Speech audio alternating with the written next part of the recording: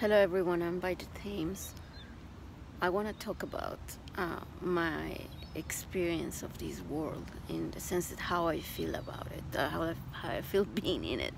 I read a post about somebody saying that being in the supermarket was overwhelming. And I must say, in general, it's also quite overwhelming for me. And also, not only supermarkets, but shopping malls in general. And this wasn't the case. I was very able to go to the mall, be in big crowds, and not have a problem at all, not even think about it, like big gigs, and for many hours.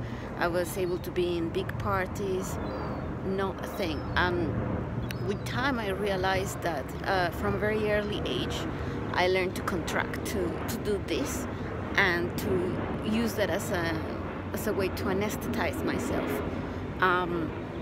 And that allowed me to be functional in the world. Became a bit of a robot, but numb.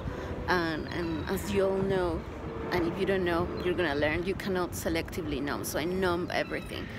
And the first occasions where I did not feel that is when I tried entheogens, and one of them ayahuasca in particular. The feeling was that any proximity with a human being or anybody touching you was touching your soul, was touching you inside.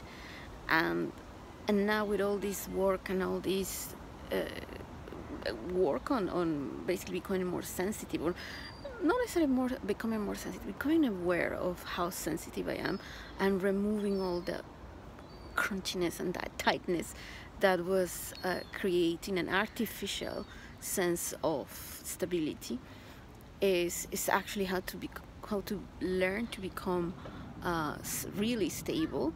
And part of that is that if I go to a place, I go to the supermarket and I buy a few things, I can hear my body saying no more. Usually the thoughts are that I hate everybody, but before that is a sense that I need to do this, so protect myself. So if I start feeling that, then it's just relaxing and knowing that my range is that small, and that I don't need to and I can't be any longer, and that's absolutely okay. So that's short and sweet.